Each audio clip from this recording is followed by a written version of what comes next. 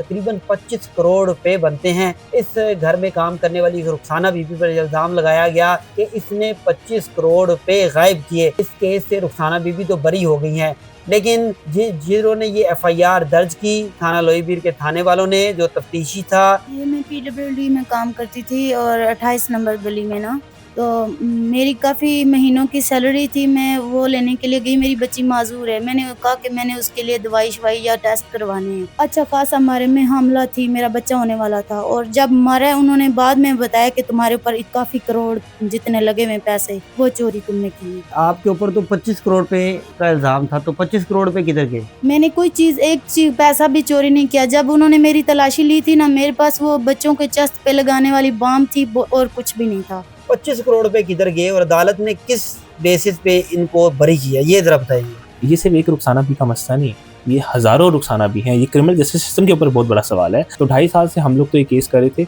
I have taken over this case तकरीबन for the last 3 months. उसमें अगली side से कोई भी नहीं आ रहा था, कोई परस्यू करने को नहीं आ रहा, तो हर बार महीने की डेट्स हो रही। उन्होंने इतनी बड़ी एफआईआर काटने से पहले क्या उन्होंने कोई तफ्तीश की कि आपके टैक्स रिकॉर्ड में आपने पैसे शो किए हैं, 25 करोड़ रुपए आपके घर क्या कर रहे थे? और एज पर द एफआईआर मेरी क्लाइंट ने एक दिन चोरी की और अगले दिन वो उसी घर चली गई सफाई करने की। मतलब ये खुद एक इतना बड़ा लकूना था इस एफआईआर में, लेकिन फिर भी दिस हैज कॉस्ट मेरी क्लाइंट को तकरीबन 2.5 साल। अस्सलाम वालेकुम दोस्तों, मैं हूं राना उस्मान और आप देख रहे हैं न्यू न्यूज़। आज जिस खबर पर हम बात करने जा रहे हैं वो एक मजलूम खातून की हवाले से एक एफआईआर दर्ज होती है थाना लोईबीर में, और थाना लोईबीर में ये एफआईआर दर्ज होती है। इस एफआईआर का मैं आपको मतन बताऊंगा कि मालकन की जानिब से रुखसाना बीबी पर एक एफआईआर दर्ज करवाई जाती है। उस एफआईआर में ये बताया जाता है कि इस खातून ने 4 लाख रुपए और सऊदी रियाल 5 लाख रुपए, 5 lakh Saudi riyal, 5 lakh pound जो हैं वो चोरी किए हैं।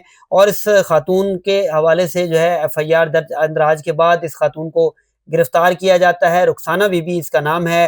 रुखसाना बीबी मेरे साथ मौजूद हैं और इस एफआईआर का जो वक्त बताया गया है, जो टाइम डेट है, वो है 2/1/2024 को ये मुकदमा दर्ज होता है। इस मुकदमे के अंदराज के बाद मजीद कार्रवाई पुलिस करती है। पुलिस ने ये कार्रवाई की और मैं हैरान हूँ कि ये जब एफआईआर दर्ज की गई तो इस एफआईआर में इतनी बड़ी रकम जैसे कि 5 लाख पाउंड और 5 लाख सऊदी रियाल और 4 लाख रुपया कैश, तो इसकी टोटल अमाउंट जो है उस पर बात की जाए तो तकरीबन 25 करोड़ रुपए बनते हैं। इस घर में काम करने वाली रुखसाना बीबी पर इल्ज़ाम लगाया गया कि इसने 25 करोड़ रुपए गायब किए। और उसके बाद जब ये केस चला 9 दिन ये अडयाला जेल में भी रही, 2.5 साल तक ये केस चलता रहा और बरामदगी सिर्फ 2000 रुपए हुई। अब इस केस से रुखसाना बीबी तो बरी हो गई हैं, लेकिन जिन्होंने ये एफआईआर दर्ज की थाना लोईबीर के थाने वालों ने, जो तफ्तीशी था, और जिस औरत ने, जो मालकन थी, उसने ये एफआईआर दर्ज करवाई। और एफआईआर दर्ज करवाने के बाद जो सूरत हाल बनी, जो अदालत में केस परसू हुआ और बहुत सी चीज़ें सामने आई, वो भी आपको बताऊंगा। मेरे साथ रुखसाना बीबी मौजूद है। रुखसाना बीबी से पूछते हैं। रुखसाना बीबी, ये बताइएगा कि आपके ऊपर ये केस हुआ 2024 में, ये केस किसने करवाया था? कहाँ पर आप काम करती थी? तफसीली तौर पर हमारे व्यूवर्स को ज़रा बताइएगा। ये मैं पीडब्ल्यूडी में काम करती थी और 28 नंबर गली में ना, तो मेरी काफ़ी महीनों की सैलरी थी। मैं वो लेने के लिए गई, मेरी बच्ची माज़ूर है। मैंने कहा कि मैंने उसके लिए दवाई-शवाई या टेस्ट करवाने हैं। तो वो जो मालकिन है आंटी, उन्होंने कहा कि ना कल आके ले लेना। मैं जब कल गई हूँ, सुबह 7:30 8 पौने का टाइम था। जब मैं गई हूँ तो आंटी ने मुझे और कुछ नहीं बताया, मुझे बस पुलिस को बुला के पकड़वा लिया। तो मैं थाने में पहुँची हूँ, उधर मुझे मारा भी है उन्होंने। अच्छा ख़ासा मारे में हमला थी, मेरा बच्चा होने वाला था और जब मारा उन्होंने बाद में बताया कि तुम्हारे ऊपर काफ़ी करोड़ जितने लगे हुए पैसे, वो चोरी तुमने की हैं। लेकिन मैंने नहीं कहा कि मैंने चोरी की हैं। फिर वहाँ से मुझे वो लेडीज़ थाना था, वहाँ पे जमा करवाया। उसके बाद मुझे अडयाला जेल में लेके गए। वहाँ पे मैं 9 दिन रही हूँ। 9 दिन के बाद फिर मेरे कोई रिश्तेदार जो भी है, मेरा शौहर भी आया है, उन्होंने अपने बाइक-शाइक बेचे हैं, फिर मेरी ज़मानत करवाई है। मैंने वो कर्ज़ लेके ज़मानत करवाई है ना, तो फिर अभी मेरे बच्ची मेरी माज़ूर है, मैं बहुत परेशान हूँ। मैडम, ये बताएं रुखसाना बीबी कि आपके ऊपर तो 25 करोड़ रुपए का इल्ज़ाम था, तो 25 करोड़ रुपए किधर गए? मैंने कोई चीज़ एक पैसा भी चोरी नहीं किया। जब उन्होंने मेरी तलाशी ली थी ना, मेरे पास वो बच्चों के चेस्ट पे लगाने वाली बाम थी और कुछ भी नहीं था। वैसे ही ये मेरे घर भी गए, कुछ भी नहीं वहाँ पे, मतलब चोरी मैंने कुछ भी नहीं किया, वहाँ पे गए तो इन्होंने मतलब वापस आ गए कि कुछ नहीं है इसके पास, पुलिस वाले। तो और आप पर पुलिस के कौन-सा तफ्तीशी था जिसने तशद्दुद किया?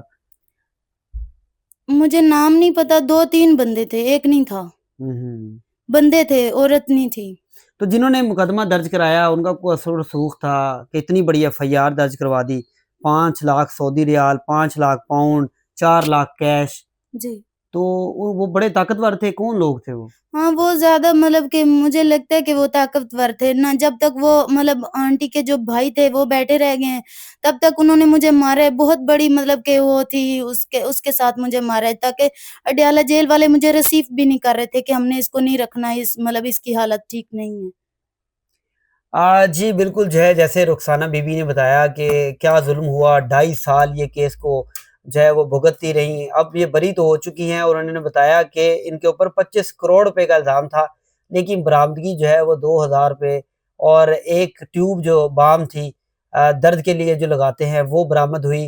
पुलिस कुछ बरामद ना कर सकी, लेकिन वो जो 2.5 साल इन्होंने भुगते, वो जो ज़ुल्म बर्दाश्त किया, वो कौन वापस करेगा? क्या उन लोगों के खिलाफ जिन्होंने ये एफआईआर दर्ज करवाई, उनके खिलाफ कब कोई कार्रवाई होगी? पाकिस्तान के कानून में ऐसा कुछ है कि नहीं है? मेरे साथ एडवोकेट हबीब हंज़ला मौजूद हैं, जिन्होंने इस केस को लड़ा और रुखसाना बीबी को बरी करवाया। रुखसाना बीबी ने जैसे तफ़सीलात बताई, तो हबीब साहब से पूछते हैं। हंज़ला, बहुत शुक्रिया। सर ये बताइएगा कि बड़ा अहम केस था, इसमें एक खातून के ऊपर जो घर में काम करती हैं, उनके ऊपर 25 करोड़ रुपए का इल्ज़ाम लगा और आज भी हम उनकी हालत देख रहे हैं कि कस्मा पुरसी में वो गुज़ारा कर रही हैं, अभी भी लोगों के घरों में काम करती हैं।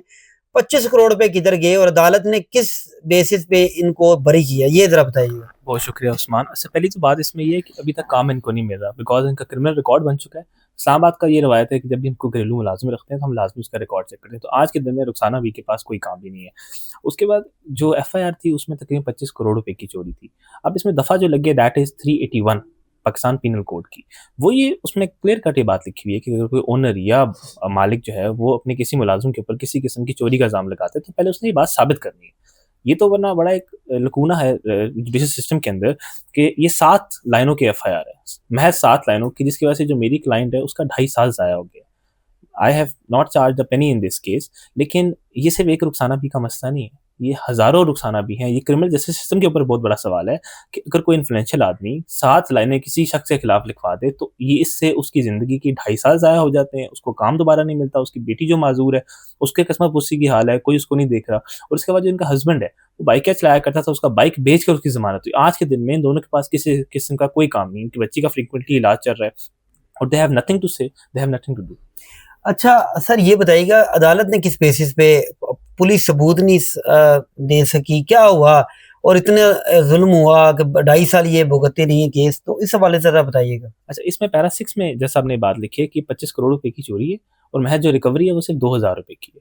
इसमें जो केस जज साहब ने, रिजवानुद्दीन साहब इसमें जज साहब हैं, जुडिशियल मजिस्ट्रेट हैं, उन्होंने Mohammad Rizwan versus the state 2022 YLR 210 cite की है। वही केस इज़ वेरी क्लियर कि अगर मटेरियल फैक्ट्स जो केस के अवेलेबल हैं, अगर उनको हम सही भी मान लें, तो भी केस में एक्विटल के चांसेस बन जाते हैं। तो 2.5 साल से हम लोग तो ये केस कर रहे थे। I have taken over this case तकरीबन फॉर द लास्ट 3 मंथ्स। उसमें अगली साइड से कोई भी नहीं आ रहा था, कोई परस्यू करने को नहीं आ रहा, तो हर बार महीने-महीने की डेट्स हो रही थी। फिर फाइनली हमने 249 ए मूव किए, जो जुडिशियल मजिस्ट्रेट के पास पावर है कि वो किसी भी एक्यूज़ को डिस्चार्ज कर सकता है। और आई एश्योर यू कि अगर 249 ए हम इसमें ना देते तो ये 2.5 साल नहीं, 250 साल भी मुकदमा चलने के लिए बिल्कुल रेडी है। अच्छा, एडवोकेट साहब ये भी ज़रा बताएँ कि ये जो इतनी बड़ी अमाउंट लिखवाई गई है इस एफआईआर में, क्या इस पर टैक्स दिया गया था? क्या इस पर कोई अदालत ने पूछा कि इतनी बड़ी आपने रकम घर में क्यों रखी हुई थी? इस पे कितना टैक्स पे किया था? इस हवाले से कोई बात हुई अदालत में? नहीं, इसमें इश्यू ये था कि दूसरी साइड से भी कोई नहीं आ रहा था ना पुलिस ऑफिसर्स आ रहे थे जो तफ्तीशी वगैरह हैं या जिनकी चोरी हुई है वो आ रहे थे। अब ये बड़ी हैरानकुन बात है कि मेरी 25 करोड़ रुपए की चोरी होगी और मैं अदालत में जा नहीं रहा उस मैटर को परस्यू करने के लिए। लेकिन इस सबसे जो बड़ी बात है वो ये है कि जो तफ्तीशी साहब हैं, उन्होंने इतनी बड़ी एफआईआर काटने से पहले क्या उन्होंने कोई तफ्तीश की कि आपके टैक्स रिकॉर्ड में आपने पैसे शो किए हैं, 25 करोड़ रुपए आपके घर क्या कर रहे थे? और एज़ पर द एफआईआर मेरी क्लाइंट ने एक दिन चोरी की और अगले दिन वो उसी घर चली गई सफाई करने के लिए। मतलब ये खुद एक इतना बड़ा लकूना था इस एफआईआर में, लेकिन फिर भी दिस हैज़ कॉस्ट मेरी क्लाइंट को तकरीबन 2.5 साल। और उसका कोई इज़ाला नहीं है, ना रियासत उसकी ज़िम्मेदार है, ना वो पुलिस ऑफिसर साहब है, ना लोही बीर का थाने का कोई एक इंस्पेक्टर या कोई अमले में से कोई बंदा इसका ज़िम्मेदार है। बहुत शुक्रिया। ये थे एडवोकेट साहब, जैसे उन्होंने तफ़सीली तौर पर केस को बताया और उन्होंने बताया कि जब मेरी क्लाइंट पर इल्ज़ाम लगा तो वो अगले दिन उसी घर में काम करने चले गईं।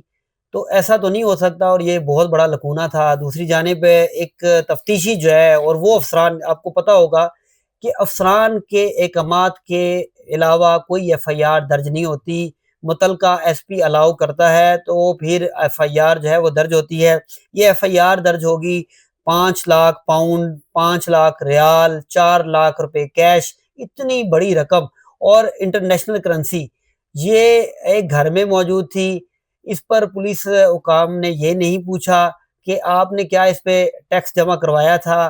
क्या आपकी टैक्स रिटर्न में चीज़ें थी? आपके घर में इतनी बड़ी रकम क्यों थी? इस हवाले से नहीं पूछा गया, सिर्फ़ ये पूछा गया कि जो कमज़ोर है उस पर एफ़आईआर दर्ज कर दी जाए और उससे बरामदगी की जाए और बरामदगी जैसे कि कोर्ट ऑर्डर में उन्होंने बताया है कि 2000 रुपए बरामदगी हुई।